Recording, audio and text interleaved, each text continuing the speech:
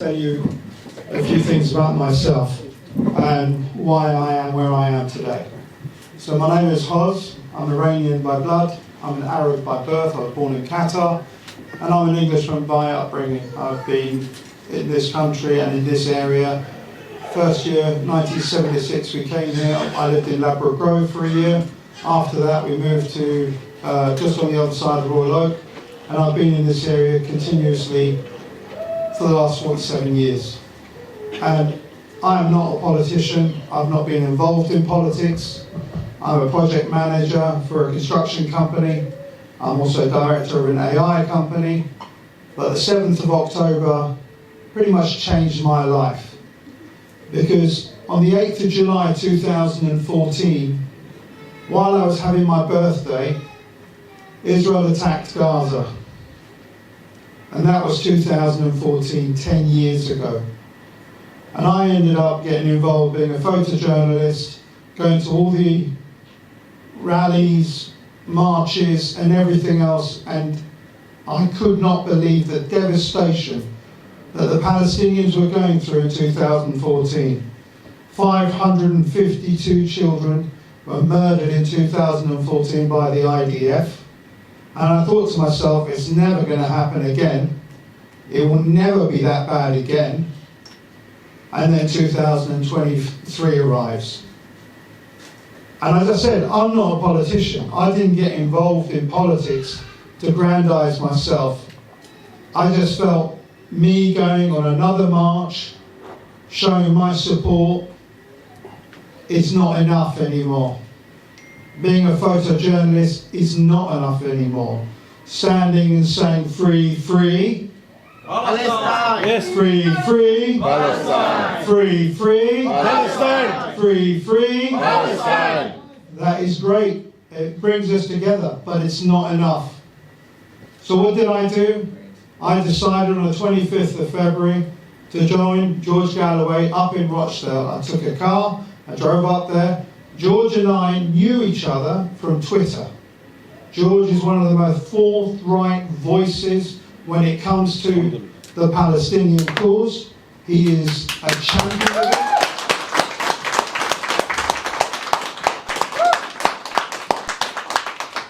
I am an equal, kindred spirit in my love for the Palestinian people, and the anger that I have in my heart is equal by George in the injustices that I've seen happen to the Palestinian people. So I came to him, and the first time I saw him in the flesh, I'm 6'4", he's nowhere near my height. I looked at him and he's looked at me and gone, "What are you doing up here in Rochdale?" And I went up to him, grabbed him, and I gave him a cuddle and I said, "I'm here to serve." And he goes, "Okay." But from that day till now, I joined the party as a normal member. I ended up becoming the national election coordinator for the party, which means I had to try and fight and get as many seats as I can. We had a target of 150,000 seats to get, 150,000 votes to get so we can count as a national party. We got 210,000 votes. We're now the 6th largest party in the country. Our party is going to grow. The Labour Party displaced the Liberal Democrats.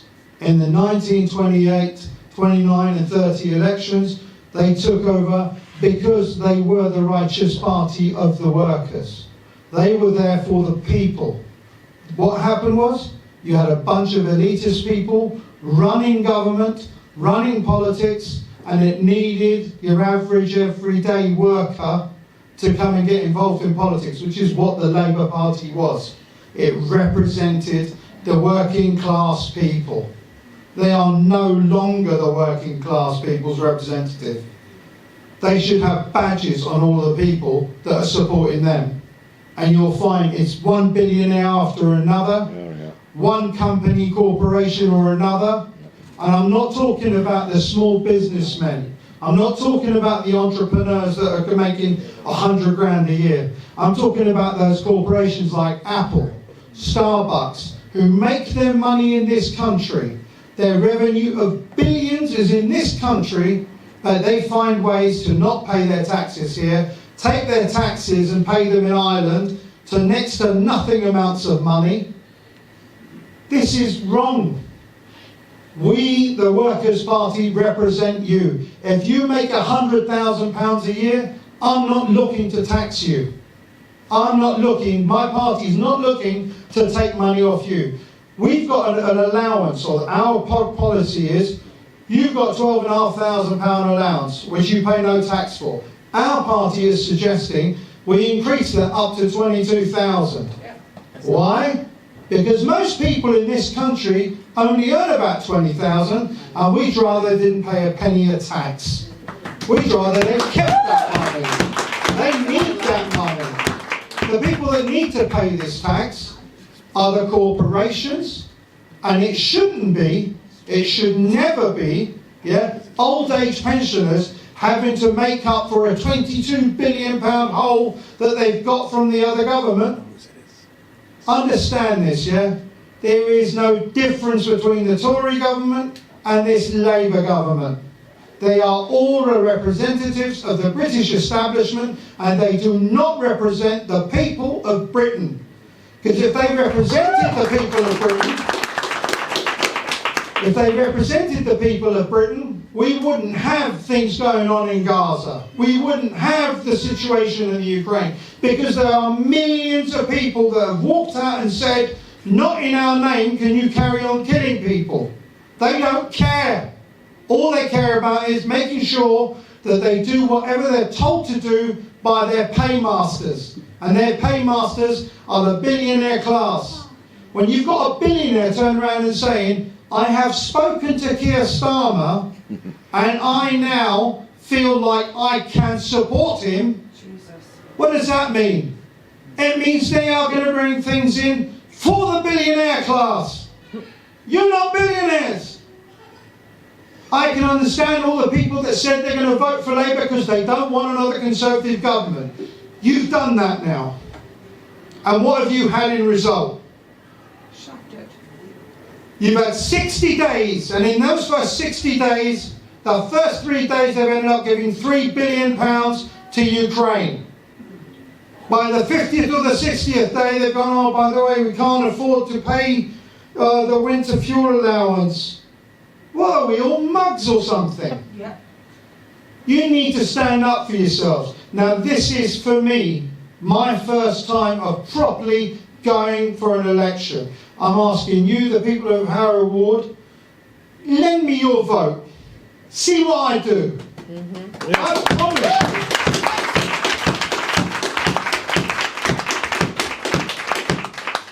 I promise you, I shall be sitting right here every Saturday from 11 o'clock till the last person leaves the door. Okay? I'm going to hold surgeries in this place for everyone at Harrow Road Ward. I've got a WhatsApp group which has got my personal number, which you're all welcome to have.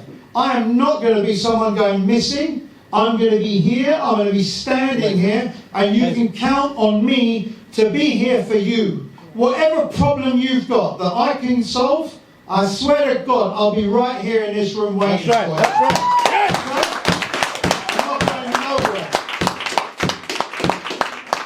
So I say to you, please tell your family, tell your friends, let's get the vote in. Let's make sure that we make Labour understand they have lost the vote of Harrow Road. the Harrow Road. Yes.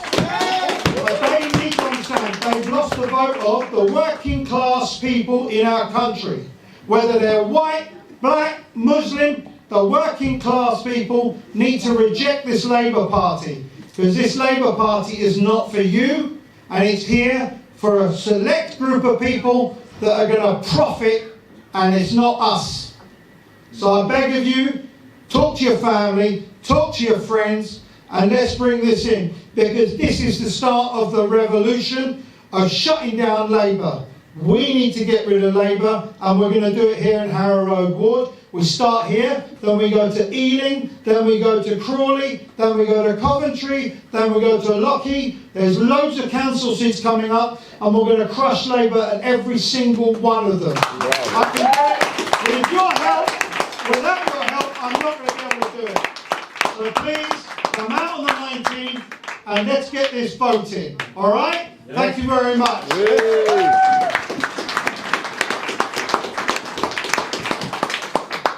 And now I'm going to hand over the mic to the greatest orator of our time in Britain today. No doubt. My boss. Galloway. Good evening, ladies and gentlemen, brothers and sisters. Good evening.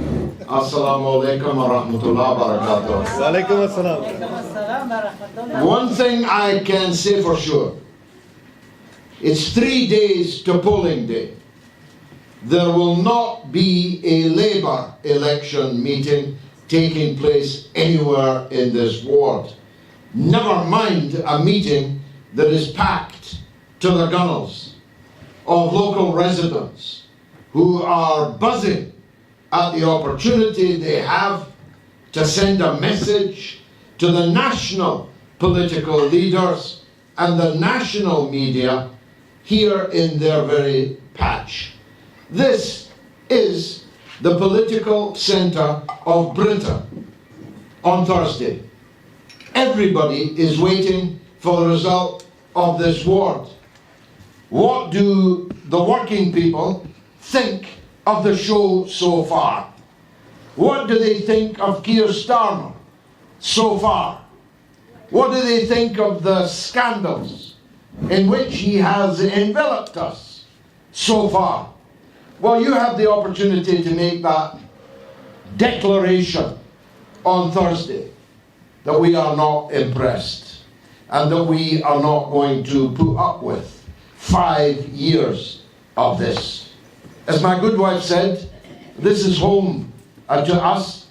We lived in this area for years. I was a school governor in Bevington School. My children attended Bevington School. My wife had a second-hand clothes shop, vintage clothes. That's why I always turned out so well. In Goulburn Road, just 5 minutes from here. As Aaron said, we spend more time in this area than any other part of London. That tells you that this is a great area to be in. If only the deep-seated problems that we have here had been attended to, will be attended to. We were in Goulburn Road not that long ago. It was taped off by the police at the end of the road because someone had shot someone dead in the park. Our children are killing each other. A working class boy on one end of the knife and a working class boy on the other end of the knife.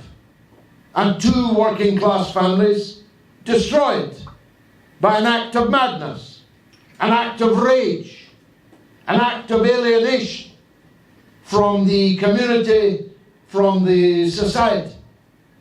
Our young people have lost their way, lost their religion, lost their ideology, lost their direction. Only thing that matters is me and now. That's the only thing that matters to the young on the street. What can I get now, right now? They have no hope. They have no support. They have no youth services. Nobody in government cares about them. They're regarded as waste, human waste, that can be left to fester, except when they erupt and commit crimes. And by the way, that speaker earlier who said that they couldn't see a police officer anywhere here. If you are a victim of a crime in this area, and we have been, that's why I'm wearing a hat. Yeah. I've been a victim of crime in this area. You'll be bloody lucky if the police even show up. Never mind show up in time to catch the culprit, to catch the criminal. We are in what should be one of the most wonderful parts of one of the most wonderful cities in the whole world. But we don't feel like that. And we are filled with trepidation as to the future. And my goodness, so far, 60 days, it has proved a trepidation entirely worthy. I had no illusions about Keir Starmer. I watched how he stabbed in the back Jeremy Corbyn. Yeah. More fool him who had promoted him and then promoted him again. Rolled out a red carpet for him. Starmer wasn't even in Parliament 1 year when he resigned from Corbyn's front bench in a coordinated coup to get rid of Corbyn. I had no illusions about this man Slippery. as a betrayer. I watched how he sought to betray the result of the referendum on the European Union. How he, like some slippery snake, tried to force the people to vote again and again if necessary, until they changed their minds. I knew that this man was no good, and now you know it also. People say that millions, 9 millions voted for him. By the way, that's a very, very low vote. Yeah. 9 millions. Harold Wilson used to get 12, 13 million. Jeremy Corbyn He was elected. got the biggest increase in the Labour vote since 1945. Starmer burned it, and burned it still in the last 60 days. Only 19% of the British people voted for Keir Starmer to be Prime Minister. Only 34% of those who voted for Keir Starmer. He's a minority Prime Minister, acting like a dictator when he doesn't have even remotely half of the people of this country behind him. He's the Prime Minister because Rishi Sunak isn't. Because people decided that they wanted a taller guy rather than the midget that was Rishi Sunak. That's about as meaningful as the vote that he received was. But instead of acting like a guy with something to prove, Starmer is acting like you've got something to prove to him, that you owe him rather than he owes you. How else can you explain it? I asked on my show last night, what kind of man allows another man to buy clothes for his wife? Underwear. Underwear, not just clothes. What sort of man is that? It's a mixed company. I don't want to go too deep into it. I'm hoping the clothes were for his wife, by the way. I'm not for somebody else's wife, or even for himself. But on the face of it,